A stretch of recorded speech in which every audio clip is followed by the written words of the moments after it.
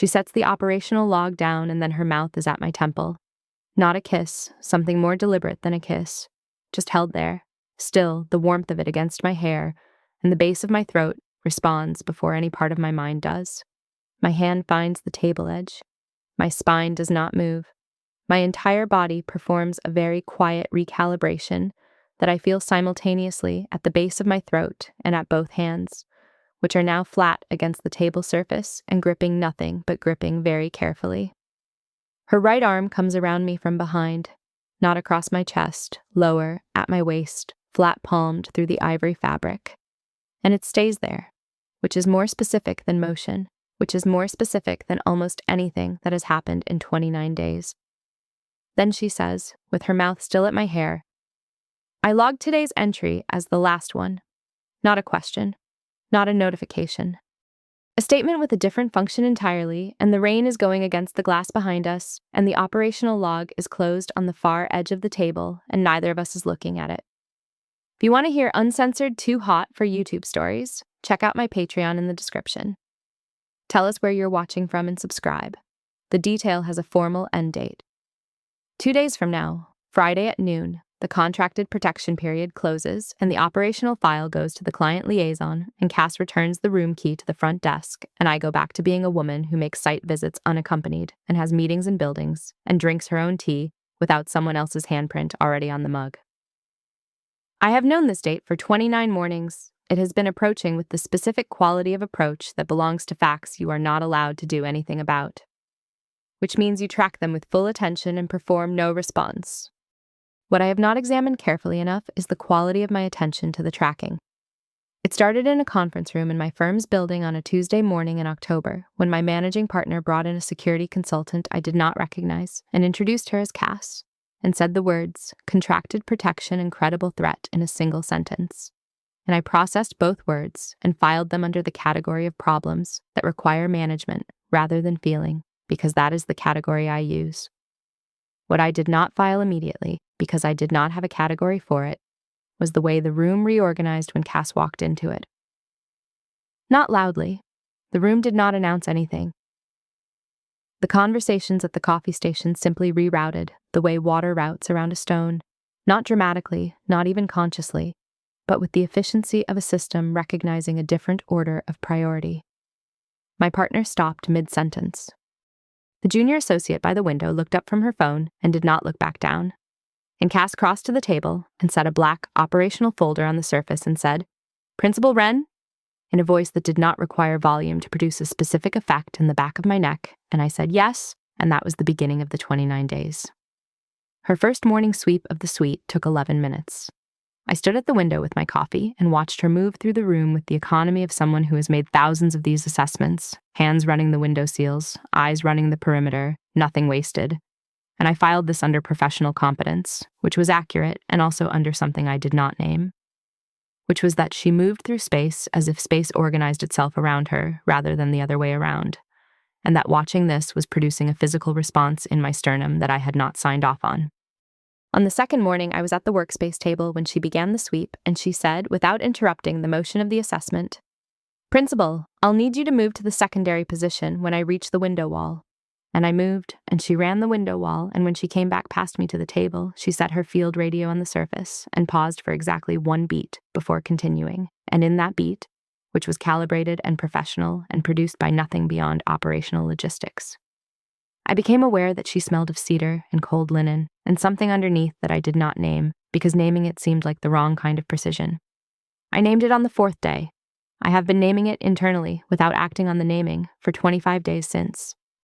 The commission that generated the threat had been mine, a public cultural center in a city I had spent 3 years designing for, and a politically connected competing bidder who had lost the contract and was apparently not a person who accepted architectural decisions with equanimity. My firm's risk assessment had been specific and credible enough to require contracted protection rather than a standard security review, which meant a close protection specialist and a hotel suite with a shared workspace and operational protocols and a proximity that the protocols existed to define and manage. The protocols were clear. The proximity was not managed. By the second week, Cass had moved the field radio from the operational case to the center of the workspace table, where it functioned as both a communication device and an implicit boundary marker. A piece of equipment that said, "This is what we are doing here." By the third week, I had been moving my sight drawings incrementally toward the center of the table without noticing I was doing it, and Cass had been moving her operational log incrementally in the same direction without, I suspect, noticing she was doing it either. And on the evening of the 21st day, I placed my pencil down and looked at the configuration and registered that the field radio and the sight drawings and the log were occupying a shared 18 inches of table between us that had not existed a week ago. I picked up the pencil and marked nothing on the drawing. Cass's operational baseline, her breathing specifically, is something I have learned over the 29 evenings of shared air, the way you learn anything that becomes structural to your environment. Not by studying it, by being in the room with it long enough that its absence becomes notable. At baseline, it is controlled and even, a professional rhythm she maintains with the same efficiency she gives everything else. When the operational situation requires heightened alertness, it shallows and quickens slightly. When the threat assessment is low and the comm channel is quiet and the late hour has settled its specific weight on the suite, it slows to something I have no operational category for, something that is deliberate in a different register. And I have been tracking this third variety for 19 evenings and calling it what it is to myself only in the moments between cataloging the sight drawings and turning out the light. Tonight is night 29. The rain started at 9. By 10, the table had 2 untouched mugs on it, the tea Cass made at 8 that I have been drinking from a mug she set at my end of the table, and which I registered only on approximately the 7th evening as having been made precisely the way I make my own tea, which I have never discussed with Cass, which means she observed it and replicated it, which is either operational attentiveness or something I do not have a professional framework for and have been storing in an auxiliary category labeled, noted, not yet addressed. The field radio is between the mugs. The operational log is open to the last page, which has room for one more entry, and Cass's handwriting is consistent and precise across 29 pages, and tonight's date is at the top of the last entry, and the entry is not yet complete. I have been turning a pencil in my hand for 11 minutes without marking anything on the drawing in front of me. Cass has been watching the rain and not the window. This is a distinction I notice at 11:04 and do not remark on. Watching the window would be operational. Watching the rain is something else. Her eyes are tracking the water on the glass with an attention that is not threat assessing anything beyond the glass, and her hands are flat on the table surface, and she is 18 inches from my left shoulder, and the field radio is between us, and the operational log is open, and the end date is in 2 days, and I turn the pencil in my hand for 11 minutes and do not mark the drawing and do not say anything about the distinction between watching rain and watching windows. The lamp on the table is the single light source in the suite at this hour. Warm amber, low, the kind of light that makes the room smaller than it is, and the distance between 2 people at a table more specific than the room's square footage would suggest. Outside, the rain is making the glass silver, and the silver light comes through and mixes with the amber from the lamp. And the result is a quality of illumination I have no architectural notation for, and which I have been registering as a physical event along the back of my neck for approximately the last 40 minutes. Cass has not looked at me in 40 minutes. This is also a distinction I notice.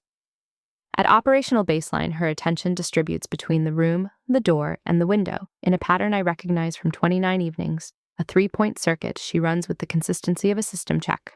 She does it without looking like she is doing it. It is one of the first things I cataloged in the early days, before I understood that cataloging her had become the most consistent activity of my evenings. Tonight the circuit has simplified. Since the comm channel closed at 10 and the nightly check-in completed, and the room's operational sound layer went quiet, her attention has been on the window and not the door, and the pattern has collapsed to a single point, and the single point is the rain, and the rain cannot threaten me, and this means the attention is doing something other than its stated operational purpose.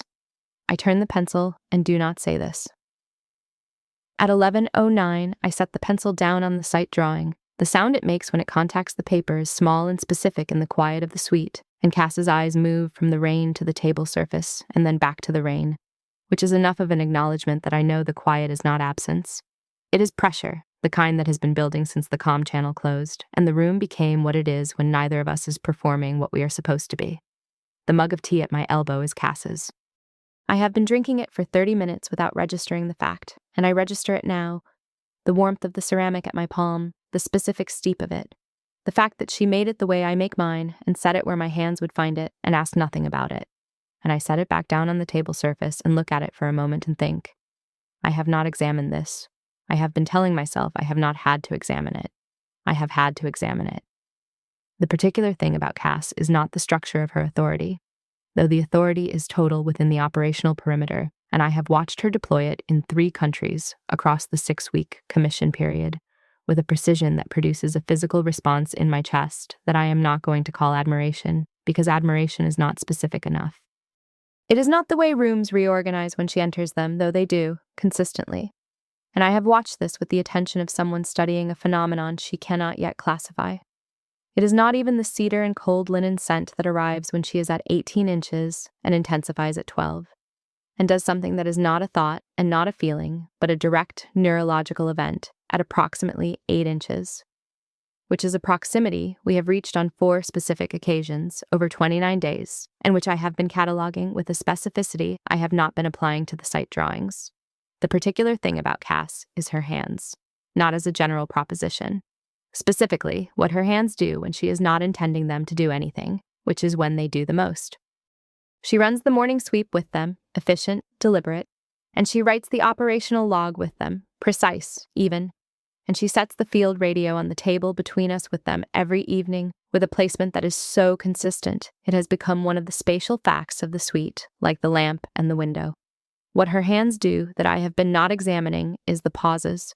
The moments when a hand comes to rest on a surface near mine, near, not touching, and stays there for beats past operational necessity. The moment on the 14th evening when she was handing me the intel summary and her fingers held the paper 1 second past the point of transfer, and I held the other end, and the paper was between us and we were both looking at it, and the pause lasted exactly long enough that I understood it as a question neither of us was asking.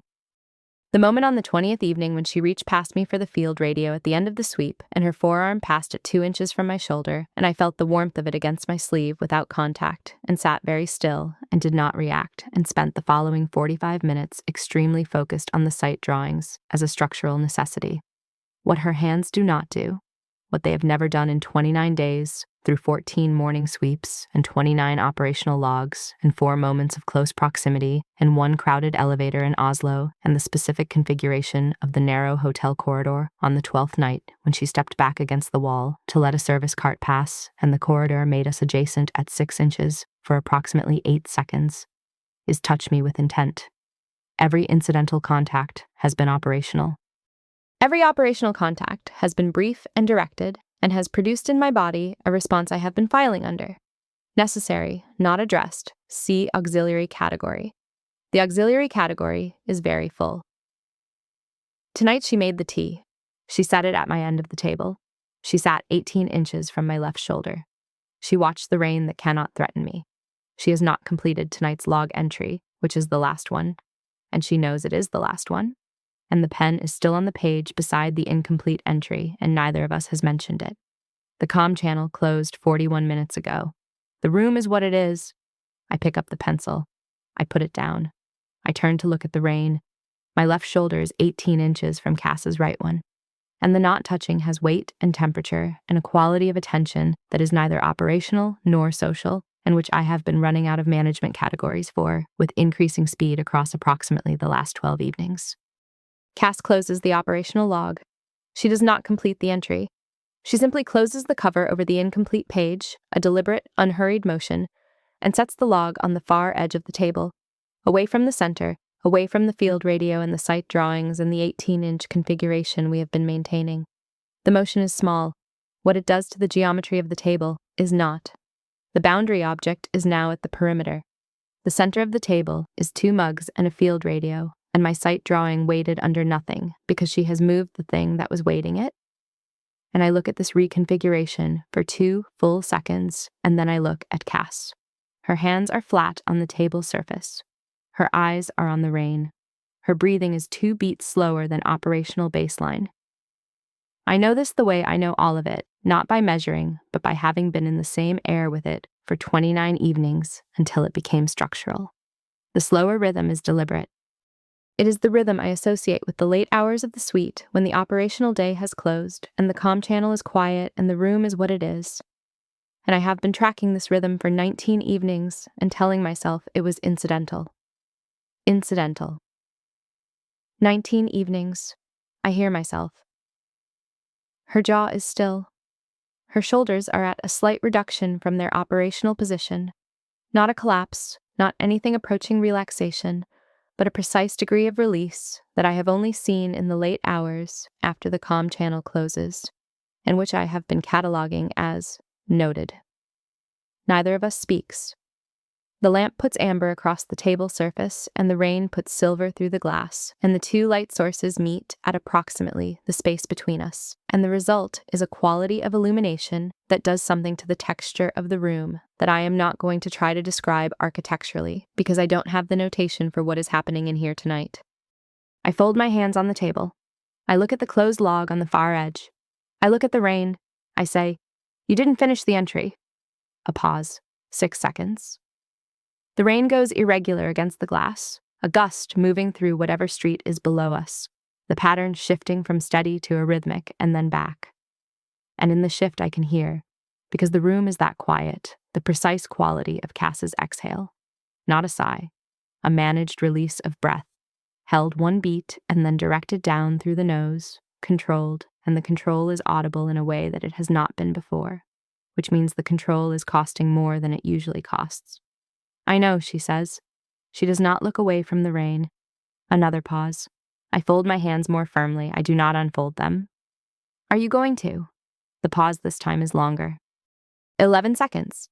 I count them without deciding to count them, a habit from the early weeks of the detail when I was tracking operational rhythms for environmental calibration and which has persisted past the point of operational usefulness.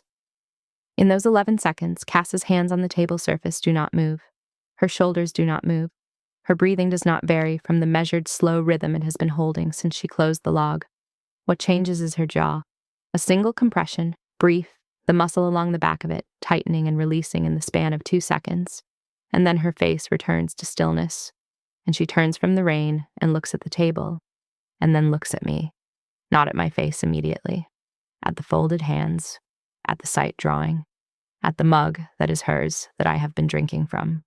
Her gaze travels this path with a precision that makes it feel less like looking and more like assessing, and then it reaches my face and stays. And her eyes, at this hour and in this light, are a dark that has specific depth.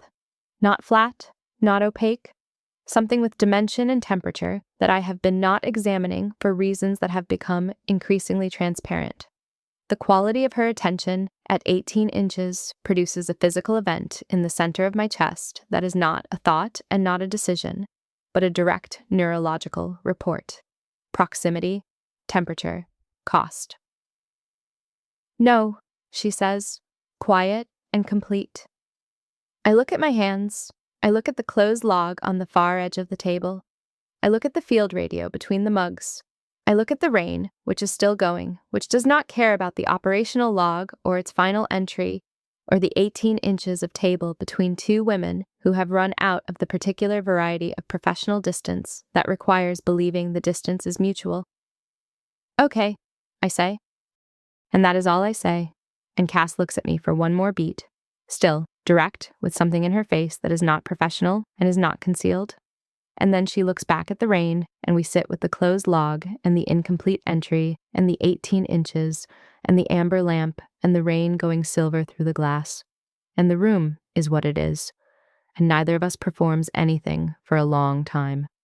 The field radio emits the soft two-tone that means the nightly check-in cycle has completed.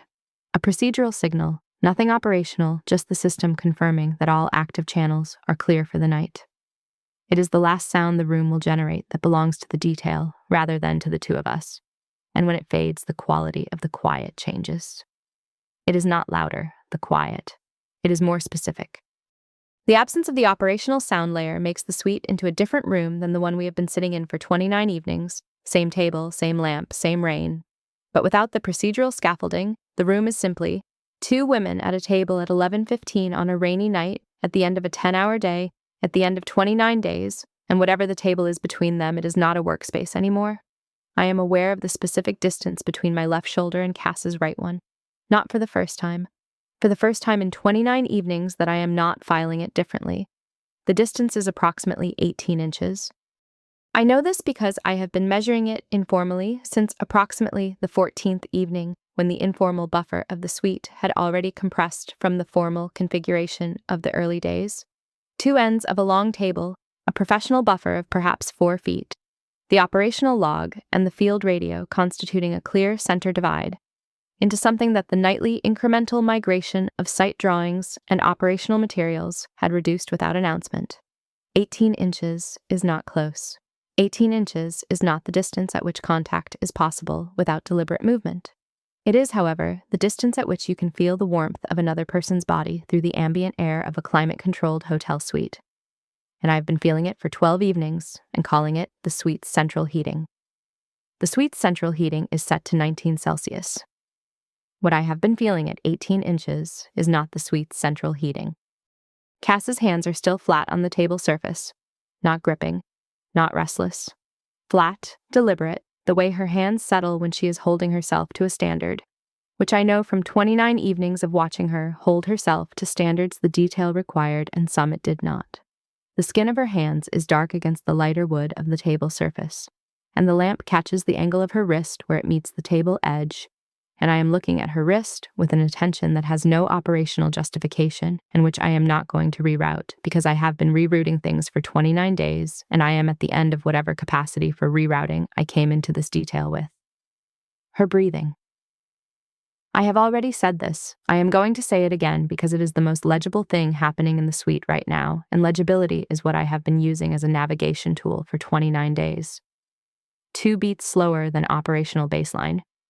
Operational baseline is what I learned in the first week, slightly elevated even, the rhythm of a person whose nervous system is calibrated for response.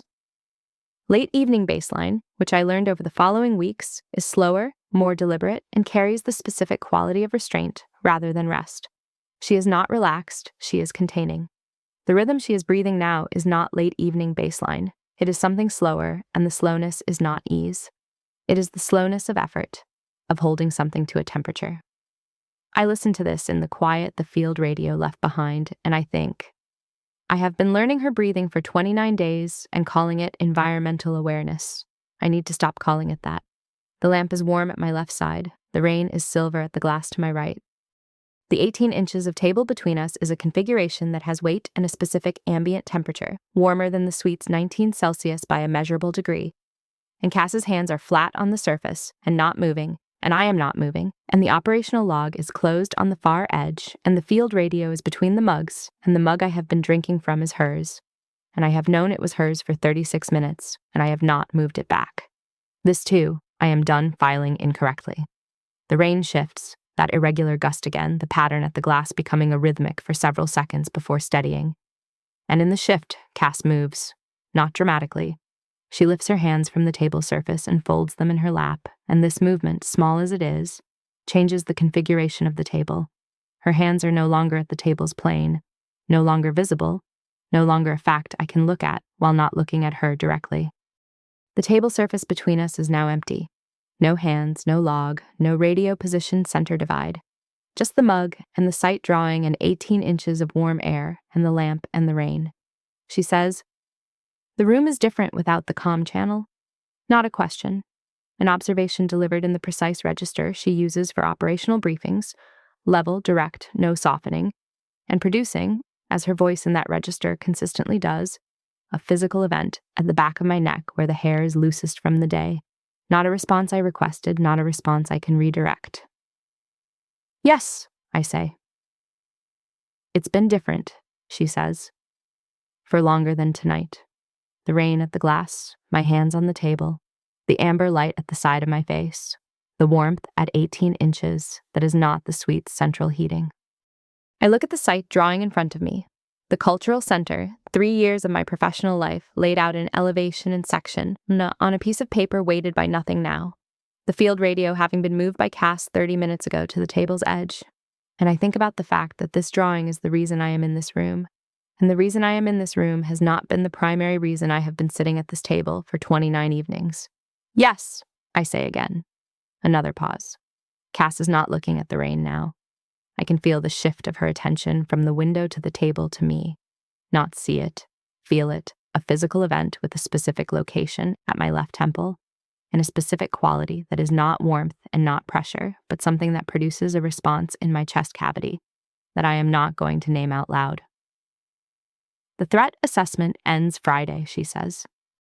And then, after a pause that is 3 seconds, measured, the assessment I've been running on myself ends tonight.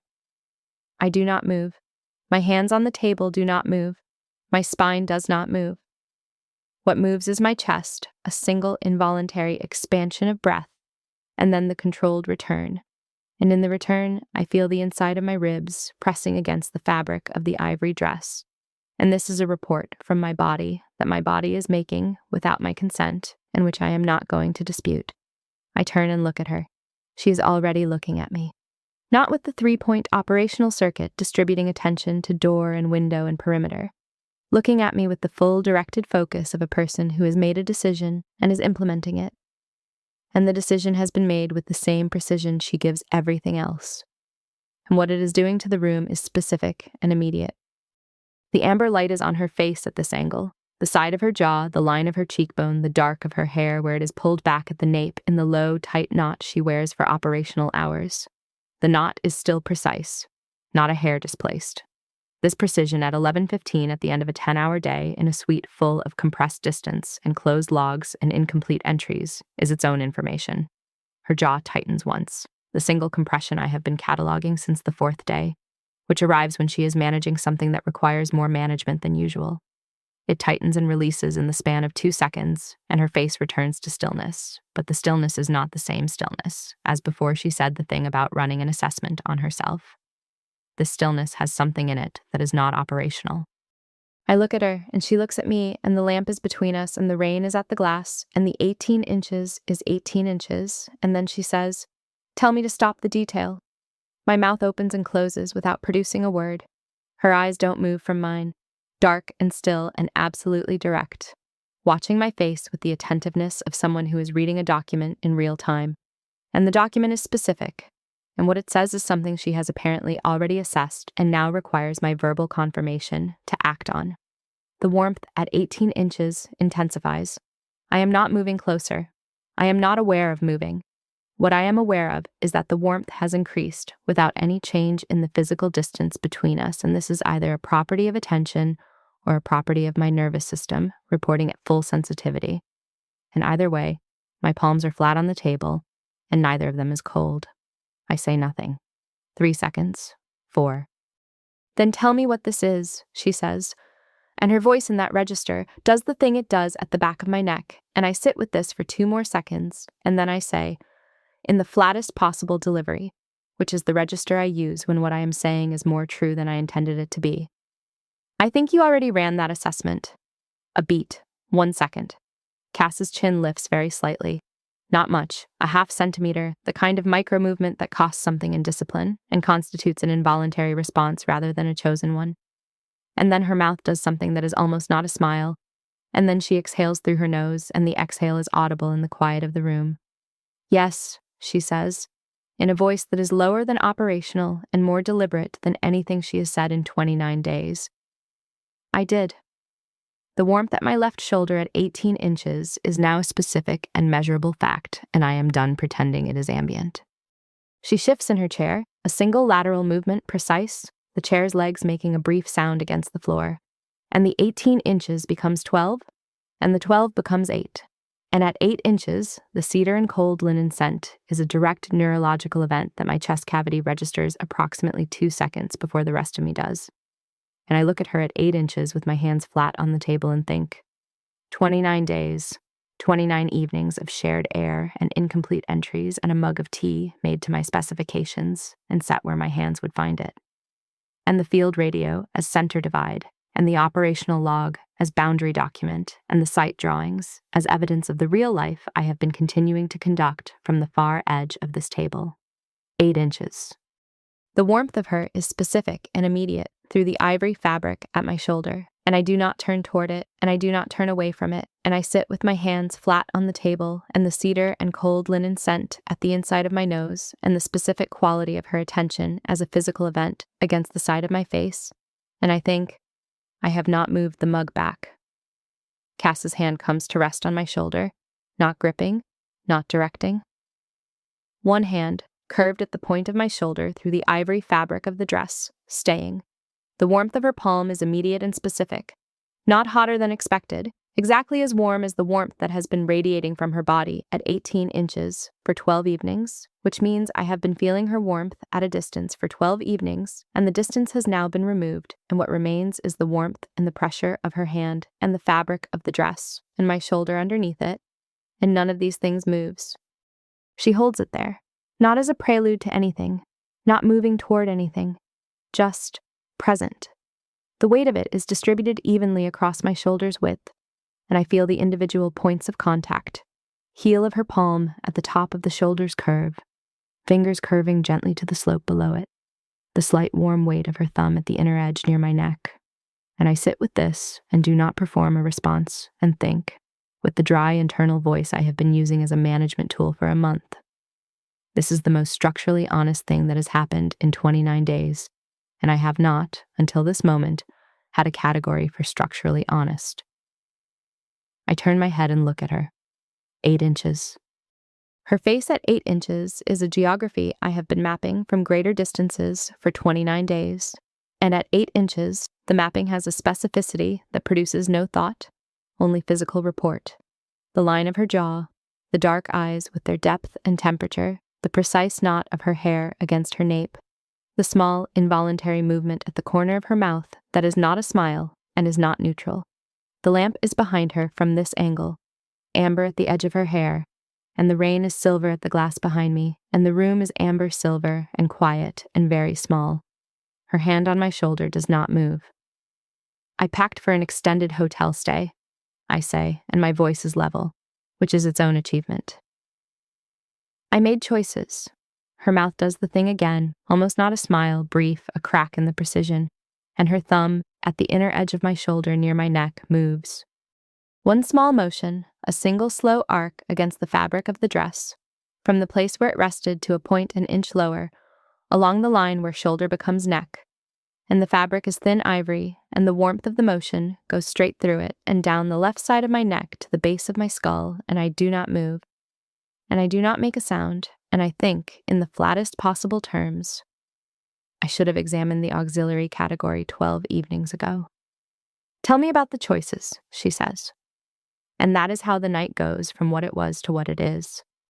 She moves first, not the hand at my shoulder, which stays, which has been staying with a patience that is its own statement, but her body, turning toward me in the chair, so that the geometry shifts from parallel to facing, and the facing is specific. Her knee alongside my knee, not touching. The dark fabric of her trousers at 2 inches from the soft ivory of my dress. And the configuration is now no longer 2 people at a workspace table, and is very clearly something else, and the lamp is between us and the rain is at the glass, and the operational log is on the far edge of the table with its incomplete entry, and neither of us is looking at it. Her hand is at my shoulder. Her thumb is at the line where shoulder becomes neck. The motion has stopped, the single slow arc, and what remains is the stillness of the arc's ending, which is its own information, a thumb that has moved and stopped and is now simply present at a specific point on my skin through ivory fabric. And I am aware of the point with a precision that makes the rest of the room slightly soft. I packed the nude rose set, I say, which is the flattest and most honest sentence I have said out loud in a month. And Cass's eyes do something. A fractional widening, brief, a single beat of a response that is not operational and is not concealed. And then she looks at me with the direct focus that produces the physical event in my chest and says, "How long have you been not examining that?" "About 25 days, I say. Her thumb moves again. The same arc, reversed from where it stopped back to where it began, along the slope of neck toward shoulder, and the warmth of it through the fabric is a direct physical communication that my nervous system receives and reports on immediately. And the report is, you should have stopped calling it anything else 2 weeks ago. I've been running the assessment, she says, since the 14th day. 14th day, The moment at the conference room door when she let me go through first and then followed at a precise professional distance that was exactly calibrated to be professional and which produced in my lower back the specific awareness of being followed by someone whose attention is more than operational. I had filed it under incidental. The document handoff, I say. The paper. A pause. Her hand at my shoulder is still. Yes. I held the other end, I say. You did, she says. I didn't let go until you did. The pause this time is 4 seconds, and in the 4 seconds, her hand at my shoulder, which has been present and still and warm for a duration I have stopped counting, moves. Not the thumb, along the slope. The whole hand shifting from the top of my shoulder to the side of my neck, palm against the side of my neck, warm and specific and larger than I was prepared for. The heel of it at the hinge of my jaw and the fingers curving toward the back where the hair is loosest from the day, not gripping. The same quality of presence that the shoulder contact had. Flat, deliberate, staying. My neck does not move. My hands on the table do not move. The side of my neck under her palm reports, with no ambiguity. Temperature, slightly warmer than I expected. Texture, the slight roughness of a working hand. The specific weight of a palm that is not directing and is not proceeding and is simply held, declaring itself by staying. The warmth travels from the surface of the contact down through the layers to something that is not about temperature and which I feel at the center of my chest in a register I have been keeping sealed since the auxiliary category started filling up. Then I want you to tell me something, Cass says. Her voice is the low, deliberate register, the one that does the thing at the back of my neck. And at this distance, 8 inches, her palm at my neck, the cedar and cold linen scent immediate and specific. The thing it does is no longer located at the back of my neck. It is located somewhere more central and less manageable. All right, I say. Tell me what you packed, she says. And why? I look at her at 8 inches. The dark eyes, the precise jaw, the knot of her hair at her nape, still exact despite everything. And I think about the nude rose set in the 3rd drawer of the bureau, which I packed on the morning after the protection detail was confirmed, which I have not examined. Which I have been not examining with increasing effort for approximately 3 weeks. And which is not about having a complete wardrobe for an extended hotel stay, and has not been about that from the moment I packed it. I packed it the morning after you were confirmed for the detail, I say. I didn't examine it. I should have examined it on the first day, and I didn't examine it on any of the 29 days, and I am examining it now. Cass looks at me. Her palm at the side of my neck is steady. Her breathing, the slow, effortful rhythm that I know is costing something, is audible at this distance, and I feel it at the surface of my face, a very slight warmth of exhaled breath at my cheekbone, and the warmth of it travels from the surface down through exactly the same path as always, which is directly through the part of me that has been precisely and deliberately numb for 2 years, and which is not numb at this distance. You packed it, she says, and then you spent 29 days watching me run the morning sweep. Yes, I say, and you called it professional appreciation. Until recently, I say. When did you stop calling it that? The lamp is warm at the side of my face. The rain is going at the glass. The 8 inches between us has an ambient temperature that is not the sweet's 19 Celsius, and her palm at my neck is the specific warm weight that I am not going to produce a category for anymore. I think about which evening I stopped calling it professional appreciation, and the answer is precise. The evening of day 17, when she came in from the exterior sweep in the cold of the November street, and the cold was in her jacket, and she sat at the far end of the table, and I felt the cold from her jacket at 4 feet, and had, involuntarily, a distinct and specific physical response to the fact that she had been outside in the cold, and was now in the same room as me, and the response was not professional appreciation, and was not incidental, and was not going to be filed under anything operational. Day 17, I say. You came in from the exterior sweep. A single breath. Her thumb, at the edge of her palm's placement, at the hinge of my jaw, presses very slightly. One slow, deliberate pressure, held 2 seconds, released. The release leaves the specific location of the pressure warm and alert in a way that persists after the pressure is gone. And I feel the persistence at the hinge of my jaw and down the line of my neck and into my chest, and I think, that. I have been waiting for that for 12 days without knowing I was waiting for it. I was cold, she says. I know, I say. That was the problem. And for the first time in 29 days, Cass smiles. Not the almost not a smile, not the crack in the precision. An actual smile, brief and undefended, that arrives and stays for 3 seconds before her discipline recovers it. But it was there, complete, and I saw it, and the seeing of it produces a physical response in my sternum that is the most specific thing I have felt in 2 years, possibly longer. I do not say anything about it. I look at the smile while it is there, and then I look at her face after it goes, and the face is composed again, but the composition is different. The same features, the same precision, but with something in the surface of it that was not there when we sat down, a quality like a layer that has been removed.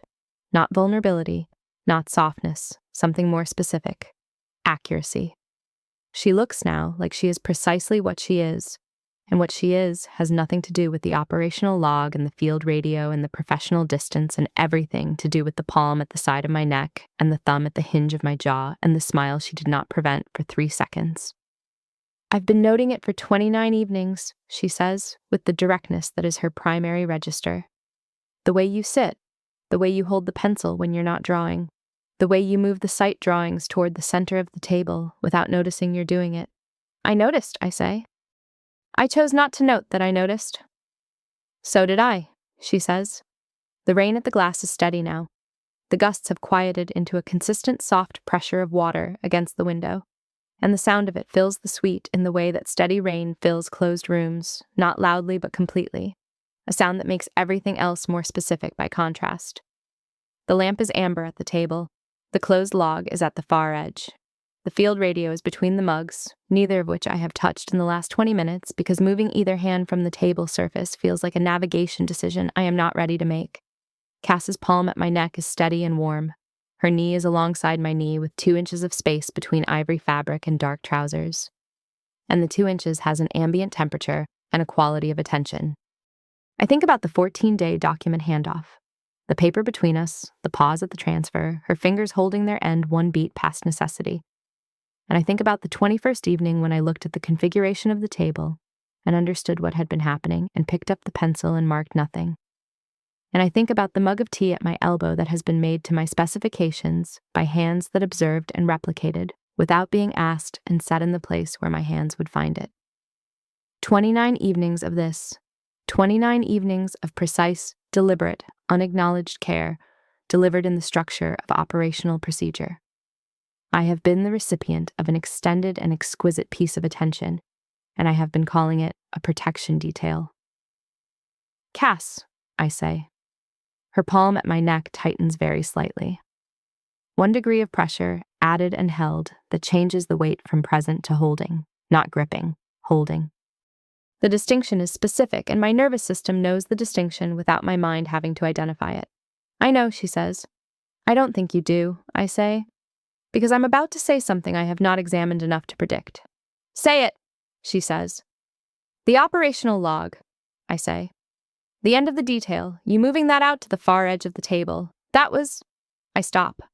I look at her at 8 inches, and I think about what I was going to say, which is that the gesture of moving the log was the most eloquent thing that has happened in this suite, and I understood it immediately and sat with it for 6 minutes before saying anything, and what I said was about the incomplete entry, which was deflection, which is my primary mode, and which she saw through the way she sees through everything.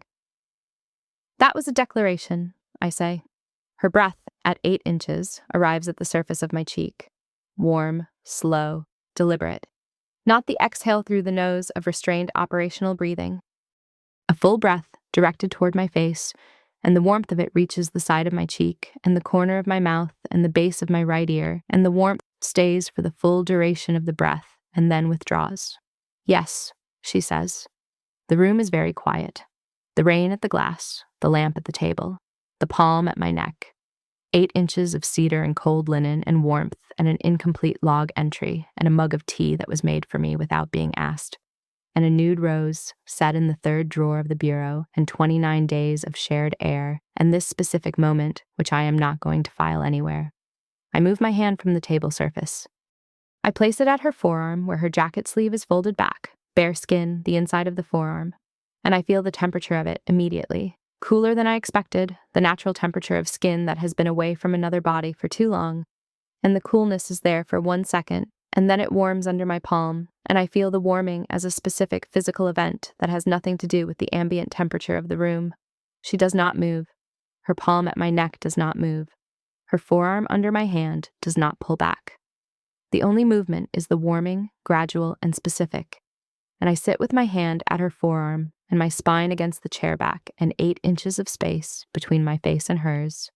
And the 18-inch table buffer is a configuration that belongs to a room neither of us is sitting in anymore. She moves.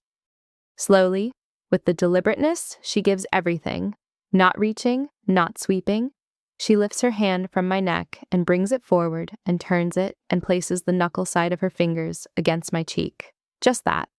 The back of her fingers, knuckle flat, against my left cheek. And the temperature of the contact is the same as the forearm. Slightly cool, warming immediately. And the texture is the slight roughness of working hands and the specific evenness of pressure distributed across 3 knuckles. And my cheek does not have a category for this. And my chest does not have a category for this. And the dry internal voice that has been managing things for 29 days says, "You are not going to manage this." And for once I agree with it completely. I turn my face very slightly into the contact. 1 degree. One small turning of my jaw toward her hand, enough to increase the pressure by a fraction, and Cass's breath goes out through her nose in the quiet of the suite, and the sound of it is the most specific sound I have heard in a very long time, and I sit in it for 2 full seconds. Then she says, in the voice that does the thing at the base of my throat, "I need you to stand up." I stand up. The geometry changes. We are both standing, the chair is pushed back. The table between us no longer an operative feature because we are no longer seated at it, but standing beside it, her at the side, me at the end. And the configuration is facing, close, the workspace table at our backs, the window in the rain in front, the lamp at our left, and the suite's closed door at our right, and nothing between us. Cass reaches past me and turns off the lamp. The room becomes rain light only, silver through the floor-to-ceiling glass, diffuse and cool, and moving with the pattern of water at the window. And in the silver light, the suite's geometry is completely different. The workspace table is a shape at our backs. The field radio and the operational log are objects in the dark at the perimeter. The site drawings are paper in the dark. The only things with clarity in this light are the window and the rain, and the 2 of us between them, and in this clarity, Cass is approximately 12 inches from me, and her technical jacket is on the chair, and the dark lace of the bodysuit is at her shoulders and back in the silver light, and the specific fact of her at 12 inches in rain light without the lamp between us is a physical event in my chest that I am not going to reroute. She is looking at my face. "I've been protecting you for 29 days, she says. "I know," I say. "I want to keep doing that," she says. "But I want to do it differently." I look at her in the rain light at 12 inches and I think about what differently means in this context. What it means that she is using that word deliberately, with the same precision she uses every word. And I feel the warmth of her at 12 inches, and the cedar and cold linen scent, and the specific quality of her attention, as a direct event against my face. And I think, I packed the nude rose set on the morning after she was confirmed, and I have been not examining it for 29 days, and I am done not examining anything. "Then do it differently," I say. She takes 1 step back. Not away, back and to the side, toward the window, and the step turns the geometry so that she is between me and the rain-dark glass. Her back toward the window, her body blocking the silver light and creating a specific and immediate change in the quality of the room. Her height and the width of her shoulders in the dark lace bodysuit, making the geometry concrete.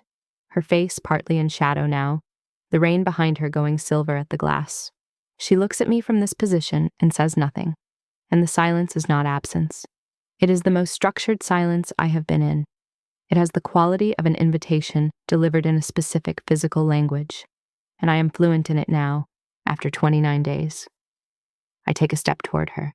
The step closes the 12 inches to 8, 8 to 5.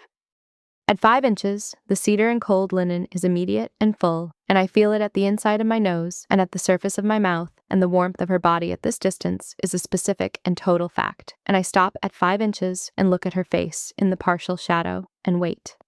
Her hands come to my waist, both of them, flat-palmed, one at each side, through the ivory fabric of the dress. And they stay, which is the same quality of presence the shoulder contact had and the neck contact had, not gripping, not directing, declaring by staying. The weight of both palms is distributed evenly at my waist, and I feel the individual contact points. Heel of each palm at my sides, fingers curving slightly against the small of my back, the slight warm pressure of two thumbs at the front panels of the dress at my hip bones. And I stand in this and breathe and do not perform a response. "Ren," she says. Her voice at 5 inches in that register is no longer located at the back of my neck or the base of my throat. It is located everywhere that has been waiting for it, which is most of me. "I'm here," I say. Her hands at my waist hold, not tighter. The same quality of hold, but deliberate. Active, both of them simultaneously. A slight increase of contact that is not a tightening, but a claiming. A physical statement that her two flat palms are making against my sides through ivory fabric. Here is where I am. Here is where you are. Here is what has been happening for 29 days. I feel this through the fabric and under the fabric at the sides of my waist, and I am standing very still. Her forehead comes forward and touches mine, at contact. Warm, the specific warmth of her skin, which is different from the warmth of her breath and different from the warmth of her palms, and which I feel at the exact point of contact at the center of my forehead, and then at my temples, and then at the back of my head, where the hair is loosest, and then everywhere. She is not moving. Her forehead is against mine, and she is not moving. And we are standing in the rain light at 5 inches, with her hands at my waist and her forehead against mine, and the closed operational log at the far edge of the table, and the field radio in the dark, and neither of us is performing anything for the first time in 29 days. I close my eyes. She breathes out, once, slow, against the top of my nose, warm and directed and full, the breath of someone who has been holding something at a temperature and has chosen, deliberately and with full knowledge of the choice, to stop. The warmth of the breath goes across my forehead and into my hair and down both sides of my face, and I feel it in the individual follicles at my hairline, and at the bridge of my nose and at the corners of my mouth, and it is not a kiss, and it is not less than a kiss, and it is the most deliberate physical communication I have received in the length of time I have been keeping things sealed. The 2 years, maybe longer. I lift one hand from my side and place it at the back of her neck, where the knot of her hair is precise and tight, fingers at the nape, below the knot, at the skin, and I hold it there, not directing. The same quality she has been giving me, present, flat, staying. My fingers at the nape of her neck where the hair is pulled up into the knot, and the skin there is warm and specific, and I feel her breathing change against my forehead. Still controlled, still deliberate, but the quality of the control has shifted. A degree of ease entering it that was not there before, as if holding still has become less effortful in the last 10 seconds. I think, this is what she sounds like when something costs less. I think, I want to know everything that costs her less. Her hands at my waist shift, incrementally, with the same slow deliberateness. From the flat-palmed position to a slight curl, fingers moving from the sides of my waist around toward the back, gathering the fabric of the dress in the smallest motion, not pulling, just present at a new location, claiming a few inches of me that the flat palms had not yet named. The warmth of the motion through the fabric is immediate and specific, and I feel it at the small of my back and at both hip points and at the center of my spine, and somewhere more central than the spine. I tighten my fingers at the nape of her neck. 1 degree of pressure, added and held. She inhales. I feel the inhale at my forehead, the slight lift of her head as her chest expands, and then the return, her forehead settling back against mine with slightly more weight than before, deliberate, a small increase in the specificity of the contact that is the most precise thing in the room. I keep my fingers at her nape, and she keeps her hands at my waist, and we are in the rain light at the window with the silver going through the glass and the closed log on the far table, and I think, 29 days, she says. I've been running the wrong kind of assessment, at 5 inches, against my forehead. The cedar and cold linen and the warmth and the hands at my waist and the rain at the glass. I know, I say. I want to run the right one, she says. And my body, before my voice does anything, does the following. The inside of my chest expands on a breath that goes in slow and full, and the return is slower, and my fingers at her nape press once. One brief, deliberate pressure, communicating directly and without ambiguity. And my other hand, which has been at my side, rises and finds her wrist, where her right hand is curved at my waist, and I cover her hand with mine, and I feel the back of her wrist and the tendons there, and the slight warmth differential between her skin and my palm, and I close my fingers around it lightly, not pulling, covering, staying. Then take your time, I say. She kneels. The motion is deliberate and unhurried, a single lowering of her body from standing to kneeling on the floor in front of my chair, which the shift in geometry has placed behind me, and I have not moved from the window, but I am now sitting at its edge, the glass cold through the ivory fabric at my back. And Cass is kneeling in front of me with her face at the level of my midriff and her hands moving from my waist to rest at my knees, both palms flat and warm, and the weight of them is specific and deliberate, and the geometry of her below my eyeline makes the quality of attention in the room something I do not have an architectural notation for. I look down at her. Her face, upturned in the rain light, the precise jaw, the dark eyes with their temperature and depth, the hair still exact at the nape despite everything, the dark lace at her shoulders and the open back of the bodysuit, and the specific fact of her at knee level with her hands on my knees and looking at me the way she looks at things she has assessed completely, is the most specific sight I have had in the range of time I have been keeping things sealed, which is 2 years, possibly longer, and which ended tonight at 11:09 when I set the pencil down on the sight drawing and the sound it made was small and specific in the quiet. You packed the nude rose set, she says. I did, I say. The week the detail was confirmed. Yes. And you've been not examining it, she says, with a precision that is almost clinical. Almost, except that her thumbs at my knees have begun a slow arc, the same motion that her thumb made at the slope of my shoulder and at the hinge of my jaw. A single, slow, deliberate arc across the fabric of my dress at the kneecap. One thumb on each knee, the motion synchronized and unhurried, and performing no function that is operational. The warmth of the arcs through the dress fabric goes up the inside of both my knees simultaneously, and I sit very still. I've been not examining it, I confirm. Then let's examine it, she says. Her hands at my knees are steady and warm. The arcs of her thumbs have stilled, the motion completed and returned to the starting point, and holding. Both thumbs present at the inner edge of each kneecap, which is the location that my body is reporting on with a specificity that makes the rest of the room slightly peripheral. She's looking up at my face with the full directed focus of the assessment she has declared. And her breathing, I can hear it at knee level. It is that quiet and the sweet, has changed again. Slower, and the slowness is no longer effortful. The control is still there, but it has relaxed from the grade of management into the grade of choice. And the difference is, she is not holding it at a temperature anymore. She is choosing the temperature. I put my hand on the back of her neck. The same placement as before. Fingers below the knot, at the nape, at the skin. But the quality is different. Before, it was staying. Now it is. Here. A declaration in the same language her hands have been speaking for 29 days, delivered in the plainest possible terms.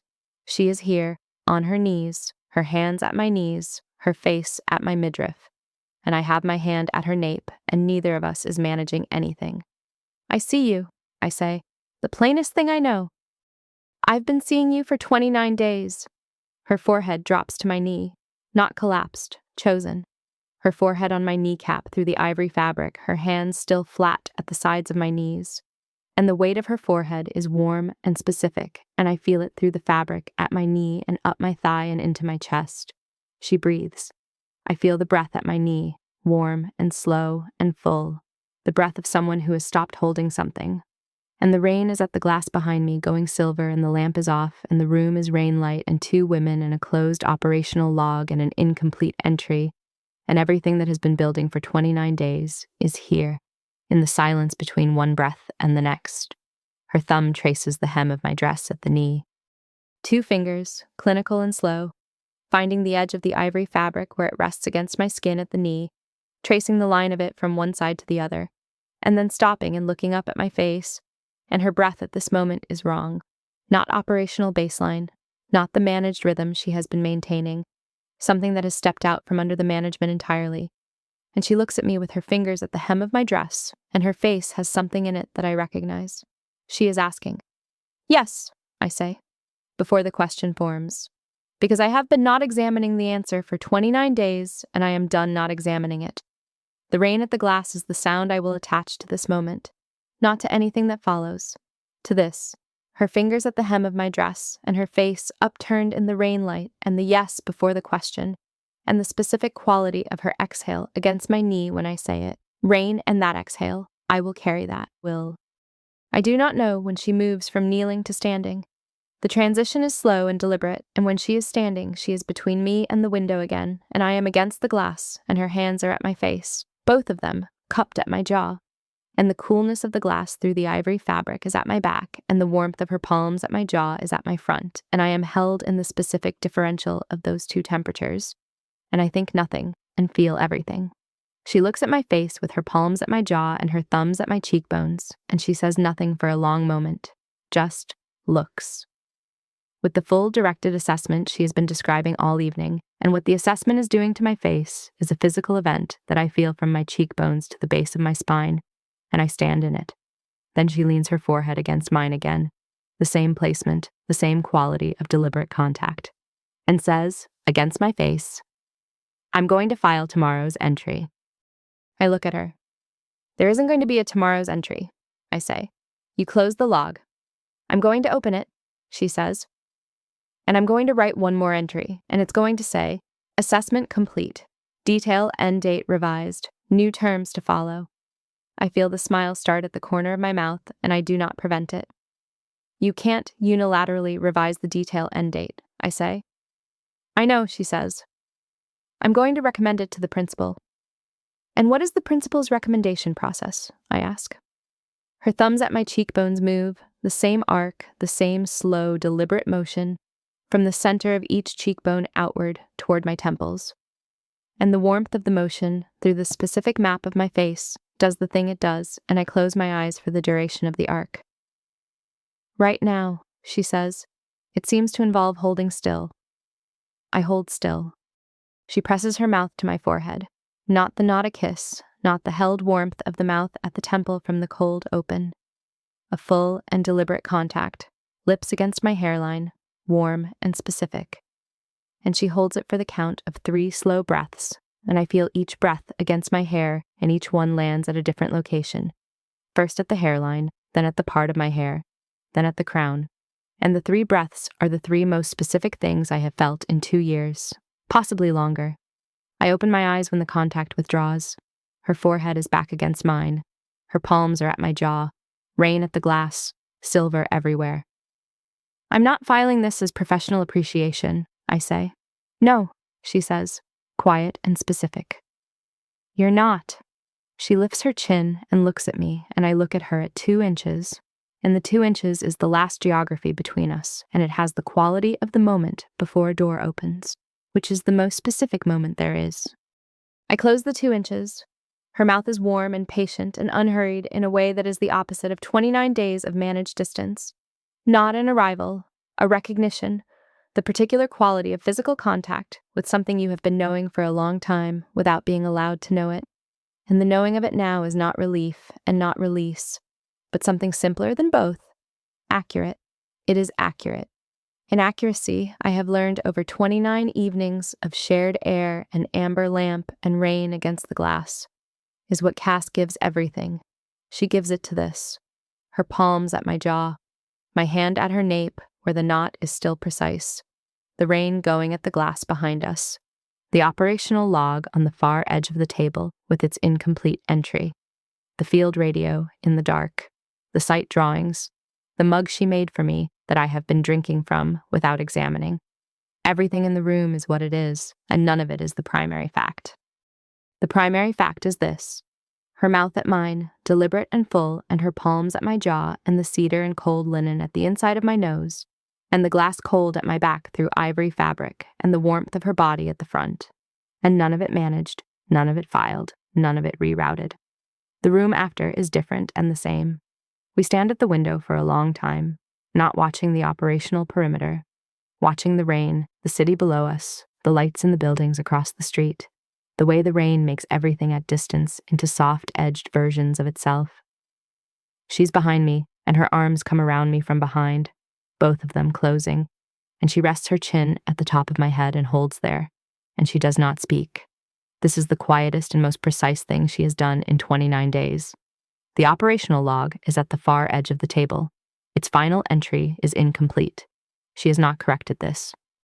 I think about the document handoff on the 14th day, the paper between us, the pause, neither of us letting go first.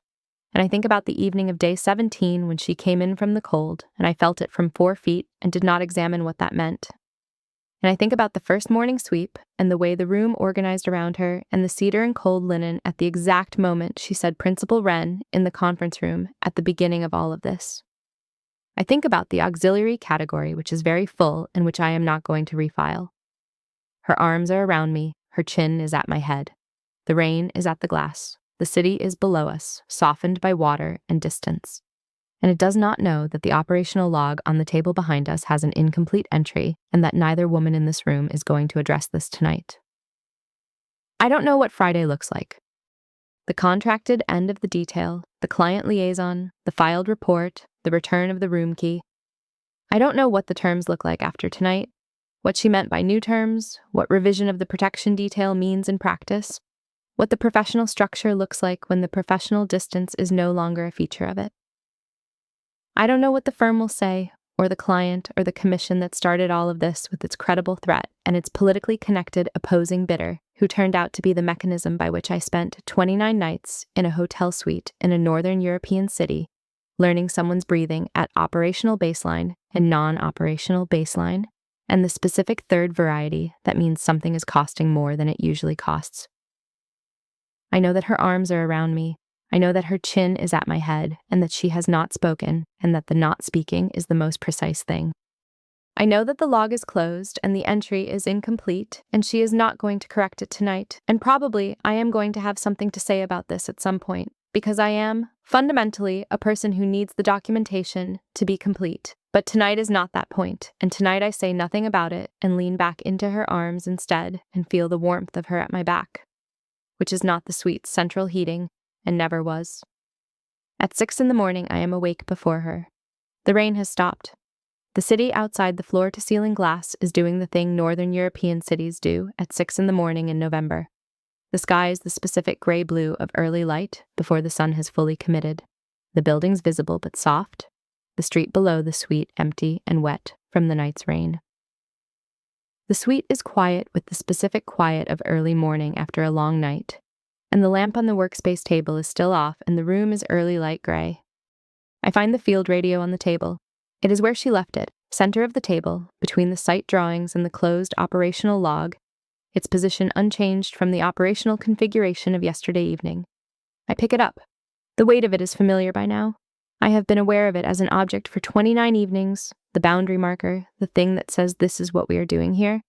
And I hold it for a moment and look at the case on the bureau where it is supposed to be stored at the end of each operational day. And I look at Cass's jacket on the chair, and I walk to the chair and put the field radio in her jacket pocket. I do not know why I do this. I do not examine why. Then I go to the small kitchen at the suite's side and make 2 mugs of tea, hers in the same mug I have been drinking from for 29 mornings, mine in the other. Both made the same way, the precise steep I prefer, because she has been making mine to her own preferences and I have been drinking hers, and somewhere in the 29 days, the distinction has become more nominal than real. I carry both mugs to the workspace table. I set hers at her end of the table. Her end, which is a configuration we arrived at gradually, and which the last 12 hours have not revised away from, but instead made into something with a different name. I set mine at my end. I sit down. The site drawings are in front of me, and the operational log is at the far edge, closed, with its incomplete entry. I pull the log toward me. I open it to the last page. Her handwriting, precise, consistent, 29 entries. Today's entry at the top of the final page, the date in her hand. And below it, the entry that she did not complete, ending mid-sentence in the way that the evening ended mid-sentence, which is to say, not resolved, not filed, but present and honest and leaning forward. I pick up the pencil. I look at the incomplete entry for a long time. Then I close the log and push it back to the far edge and pick up my mug and drink from it. Outside, the city is lightening in the way Northern European cities light, gradually and without announcement, the gray-blue shifting toward gray and then toward the pale neutral of full morning. The buildings across the street are sharpening. The street below is still wet. I hear her moving in the suite's interior, the quiet, efficient movement of someone whose internal clock runs on operational rhythms and who is not going to sleep past 6 regardless of what happened at midnight. And then the suite is quiet again for a few seconds, and then her footsteps, deliberate and unhurried. And then she's standing in the doorway between the bedroom and the workspace, looking at the table with the 2 mugs and the sight drawings and the closed log, and me with the pencil in my hand, and her hair is down. I have never seen her hair down. It is not a small thing. She looks at the table, at the mug at her end, at the closed log, at the jacket on the chair with the field radio in its pocket. Her face does the thing it does when she is reading a situation, the quiet, assessing attentiveness that distributes and gathers simultaneously. And then she looks at me, and the assessment resolves into something that is not operational. She crosses to the chair. She puts on the jacket. She does not retrieve the field radio from the pocket. She sits at her end of the table and picks up her mug and holds it in both hands and looks at the rain-cleared glass and the early morning city. And she drinks her tea, and I drink mine. And the suite is quiet with the specific quiet of early morning and 2 mugs and a field radio in a jacket pocket and a closed log with an incomplete entry. Neither of us speaks for a long time. This too is what Cass does. She is quiet in a way that has dimension and weight. Even in the early light, even with her hair loose for the first time, dark and specific at her shoulders, changed from the knot entirely, a version of her I have not had access to yet. Her silence has the quality of something deliberate. She's not filling the space. She's choosing to leave it as it is, quiet and clear, like the rain-cleared glass, the city visible and the night's water still on the window, and both of us at the table with our mugs and the long morning ahead of us. I watch her profile against the gray-blue light. I watch her drink her tea. I do not examine what I feel about her hair being down, about her jacket with the field radio in its pocket, about the closed log with its incomplete entry and both of us not correcting it. I have examined enough. The auxiliary category is not going to be managed this morning. The auxiliary category is going to exist as it exists, which is full and specific and accumulated, and now, for the first time in 29 days, acknowledged. She turns and looks at me. The entry, she says. I know, I say. It's incomplete. I know. A pause. Her mug at her hands. Early light at her profile. Her hair loose at her shoulders, which I am not going to keep noting and am going to keep noting because I am a person who notices the specific, and specific is what this is. I'll finish it, she says. When? I ask. She looks at me across the table, not 18 inches of managed professional distance, not the configuration that required the field radio as center divide. Just the table and 2 mugs, and the gray-blue morning, and her face with something in it that is not composed and is not unguarded, but is, accurately, both. When there's a final entry worth writing, she says, I pick up the pencil. I mark something on the sight drawing, not much, a small notation at the elevation's edge, a dimension I have been leaving blank for 3 weeks because I was not ready to commit to it, which I am ready to commit to now. The mark is small and specific and means what it means. Cass watches me make it. She says nothing. She drinks her tea. Outside, the city is fully morning now, the gray-blue gone to pale, and the buildings sharp, and the wet street below beginning to move with the first commuters, and the floor-to-ceiling glass holds all of it, the whole Northern European November morning, and behind the glass, 2 women at a workspace table, with 2 mugs of tea and a field radio, in a jacket pocket, and a closed operational log, with its last entry waiting. The sight drawing has a new mark on it. The tea is warm. The morning is early and long, and neither of us has anywhere to be until the detail's formal obligations resume at 9, which is 3 hours from now. And the 3 hours is not managed and not filed and not rerouted. I set the pencil down. I pick up my mug. I look at her across the table, and she looks at me, and the room is what it is, accurate and present and not yet complete.